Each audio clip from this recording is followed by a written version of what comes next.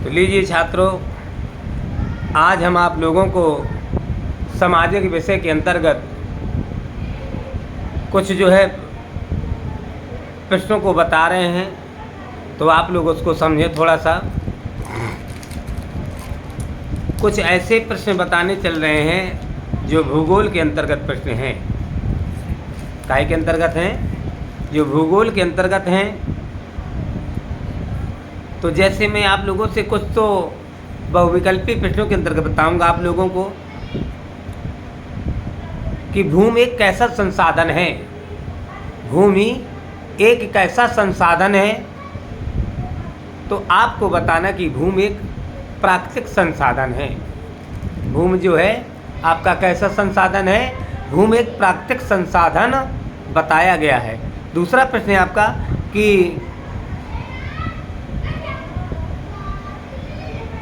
पृथ्वी सम्मेलन का आयोजन कब हुआ था। पृथ्वी सम्मेलन का आयोजन कब हुआ था, या फिर ऐसा पूछ दिया जाए कि रियो डी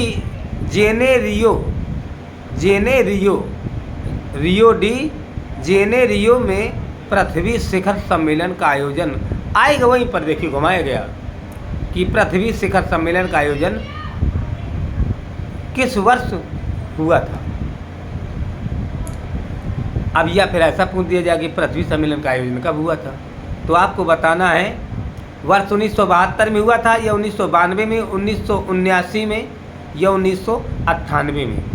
तो आपको बताना है कि पृथ्वी सम्मेलन का जो आयोजन हुआ था वह सन 1992 में हुआ था। कब हुआ था? सन 1992 ईस्वी में हुआ था।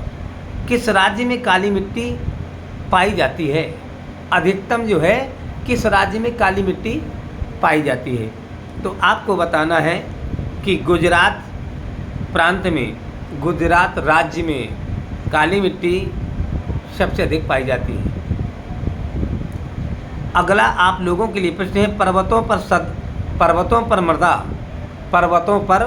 मृदा अपरदन का साधन है। पर्वतों पर मृदा अपरदन का साधन है। क्या है? पर्वतों पर मृदा अपरदन का साधन है। क्या है? पवन है, हिमनद है, जल है, क्या है, या पशुचरण है। तो पर्वतों पर मृदा अपरदन का एक साधन है हिमनद। क्या है आपका? हिमनद। जैसे आपका एक अगला प्रश्न है आपका कि लाल पीली मिट्टी पाई जाती है कहाँ। लाल और पीली मिट्टी जो है आपकी कहाँ पर पाई जाती है, तो आपको बताना है कि लाल और पीली मिट्टी कहाँ पर पाई जाती है। दक्कन के पठार में पाई जाती है, या मालवा के प्रदेश में पाई जाती है, ब्रह्मपुत्र घाटी में पाई जाती है, या थार रेगिस्तान में पाई जाती है। तो आपको बता देना है दक्कन के पठार में पाई जाती है। दूसरा प्रश्न आप लोगों के लिए आ रहा है कि पंजाब में भूमि निम्नीकरण का मुख्य कारण क्या है। पंजाब में भूमि निम्नीकरण का मुख्य कारण क्या है? तो आपको बताना गहन खेती, या वनोन्मूलन, या फिर अधिक सिंचाई, या अति पशुचारण। तो पंजाब में भूमि का जो निम्नीकरण का मुख्य कारण क्या है? अधिक सिंचाई है। वहाँ के लोग जो है अपनी खेती को उपजाऊ बनाने के लिए अत्यधिक सिंचाई का प्रयोग करते हैं, और समय समय पर सिंचाई के साधन वहाँ पर उपलब्ध हैं, इसलिए वहाँ पर जो है खेती बहुत उपजाऊपन होती है। अगला आप लोगों के लिए प्रश्न है कपास की खेती के लिए कौन सी मृदा उपयुक्त है। मतलब अगर कपास पैदा करना है, कपास मीन्स होता रुई, जो हम आप लोग रजाई वगैरह में, गद्दों में, इत्यादि चीज़ों में उसका उपयोग करते हैं। यदि कपास की खेती के लिए कौन सी मृदा उपयुक्त है, अर्थात मृदा मीन्स कौन सी मिट्टी, या फिर ऐसा हो जाए कपास की खेती के लिए कौन सी मिट्टी उत्तम होती है, तो काली मिट्टी होती है, लाल मिट्टी होती है, जलोढ़ मृदा होती है, या लैटराइट मृदा होती है। तो आपको बताना कि कौन सी होती है। तो आप लोगों को यहाँ पर ये बताना है कि कपास की खेती के लिए सबसे ज़्यादा जो उपयोगी जो मिट्टी जो होती है वो काली मिट्टी होती है। कौन सी होती है? काली मिट्टी। अब आपको बताना है चाय की खेती के लिए कौन सी मिट्टी उपयुक्त होती है। चाय की खेती के लिए कौन सी मिट्टी उपयुक्त होती है? लैटराइट मिट्टी उपयुक्त होती है। आपको बता देना है कि लैटराइट मिट्टी उपयुक्त होती है। और सोपानी खेती किस राज्य में की जाती है? सोपानी खेती जो है आपके किस राज्य में की जाती है? तो सोपानी खेती जो है आपकी उत्तराखंड राज्य में की जाती है। ठीक है ना। इसी प्रकार से कौन सा जैव संसाधन है? जैसे हमने आपको लोहा बताया, तांबा बताया, मत्स्य पालन और चट्टानें, इनमें से जैव संसाधन क्या है? तो देखिए लोहा में तो कोई जैव है नहीं, तांबा में तो कुछ है नहीं, चट्टान में भी नहीं है। मत्स्य पालन जो उद्योग जो दिया गया इसमें आपका जैव संसाधन है। तो यही आपका जो जहाँ जीवों का प्रकार दिया गया वो आपका जैव संसाधन हो गया। सोपानी कृषि कहाँ पर की जाती है? मतलब अभी आपको बताया था उत्तराखंड में की जाती है। किस राज्य में की जाती है? वो तो उत्तराखंड राज्य में। लेकिन किस भूमि पर की जाती है? सोपानी खेती जो है कौन सी भूमि पर की जाती है? कहाँ की भूमि किस प्रकार की है? पुतली पुतली, ऊंची नीची, चट्टानेदार, पहाड़ीदार, ढालदार, किस तरीके की खेती है? तो वहाँ पर किस प्रकार की खेती कैसी तरीके से की जाती है? तो सोपानी खेती जो है कहाँ पर की जाती, कैसे की जाती है? तो ढाल वाली भूमि पर जो है सोपानी खेती की जाती है। कहाँ पर? जहाँ ढलान वाली होती है, मतलब ऊपर से नीचे की ओर जो चीज़ गिरती है वहाँ पर सोपानी खेती की जाती है। अब आप लोगों के लिए जैसे संपूर्ण उत्तरी मैदान बना है, कहाँ पर? संपूर्ण उत्तरी मैदान बना है, कहाँ पर बना है? जलोढ़ मृदा से बना है, काली मिट्टी से बना है, लेटराइट मृदा से बना है या मरसुली मृदा से बना है? तो आपको ये चीज़ बतानी है कि जलोढ़ मृदा से बना हुआ है। क्या है? संपूर्ण उत्तरी मैदान जो बना है वो जलोढ़ मृदा से बना है। अब आगे हम आप लोग चलते हैं कि काली मिट्टी में मुख्य रूप से कौन सी फसल उगाई जाती है? काली मिट्टी में मुख्य रूप से कौन सी फसल उगाई जाती है? तो काली मिट्टी में मुख्य रूप से कौन सी फसल उगाई जाती है? इसका तात्पर्य रबर, नंबर 2 मक्का, नंबर 3 कपास, नंबर 4 चावल। अब आपको यहाँ पर ये चीज़ बतानी है कि काली मिट्टी में कौन सी चीज़। तो अभी मैं आपको एक चीज़ बता चुका हूँ कि काली मिट्टी में सबसे ज़्यादा, देखिए रबर तो उत्पन्न नहीं होती, मक्का भी ज़्यादा नहीं उत्पन्न होता, चावल नहीं होता, कपास। तो कपास की खेती काली मिट्टी के लिए बहुत अधिक उपयोगी होती है। इसके बाद मैं आप लोगों के प्रश्न अति लघुत्तरी प्रश्न के अंतर्गत आप लोगों को लेकर के चल रहा हूँ कि उत्पत्ति के आधार पर संसाधनों के प्रकार बताएं। उत्पत्ति के आधार पर संसाधनों के प्रकार बताएं। तो जैव और अजैव संसाधन क्या होते हैं, ऐसा भी पूछा जा सकता है। उत्पत्ति के आधार पर संसाधनों के प्रकार बताएं, एक ऐसा प्रश्न पूछा जा सकता है, इसका उत्तर भी वही होगा। और जैव और अजैव संसाधन क्या होते हैं, इनका वर्णन करें, तो इसका भी उत्तर वही होगा।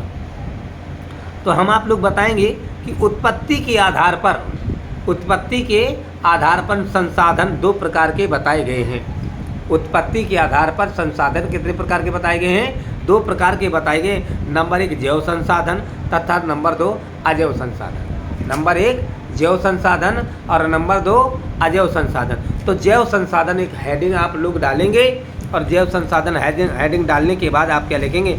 ऐसे संसाधन जो जीवमंडल से प्राप्त होते हैं, ऐसे संसाधन जो कि जीवमंडल से प्राप्त होते हैं, इन संसाधनों में जीवन होता है।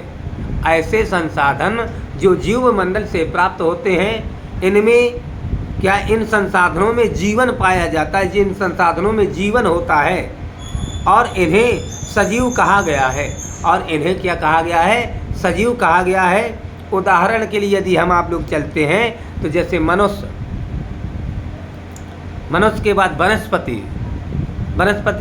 वनस्पति की जो प्रजातियां हैं, प्राणी जगत, पशुधन इत्यादि, मतलब जहाँ पर जीवन होता है वो जैव संसाधन कहलाता है। ठीक है ना।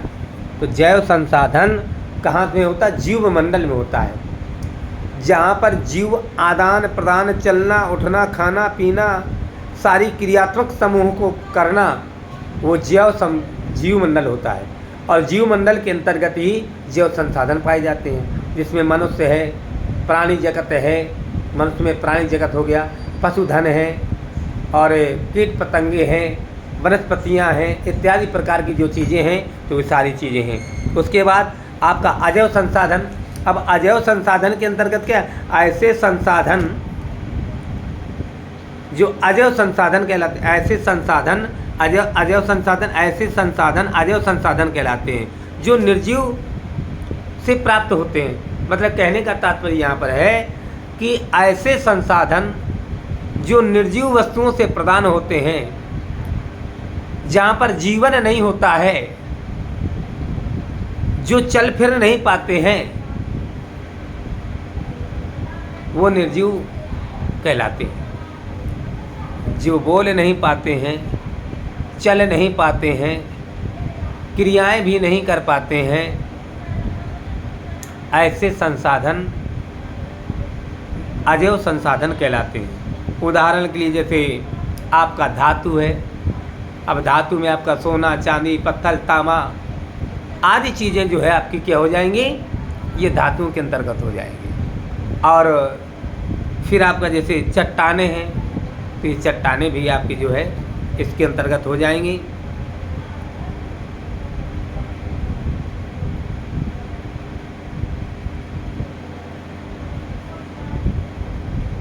तो ये आपका एक बहुत अच्छा प्रश्न है। और एक प्रश्न आप लोगों के लिए और भी है कि मृदा अपरदन क्या है, या मृदा अपरदन पर एक संक्षिप्त टिप्पणी लिखें, या मृदा अपरदन को परिभाषित कीजिए। मतलब किसी भी प्रकार से इसको तोड़ा जा सकता है। तो क्या बताएंगे? भूमि की ऊपरी परत के भूमि की ऊपरी परत के हट जाने की प्रक्रिया को मृदा अपरदन कहते हैं। भूमि के ऊपर जो परत लग जाती है और वो परत हट जाती है जब, तो उसी प्रक्रिया को क्या कहते हैं? मृदा अपरदन कहते हैं। मृदा अपरदन का सबसे पहला कारण तेज बहने वाला जल तथा तेज बहने वाली पवनें, ये दोनों मृदा की ऊपरी उपजाऊ परत को अपने साथ बहा करके क्या कर देती हैं? ले जाती हैं और भूमि को कृषि के अनुपयोगी बना देती हैं।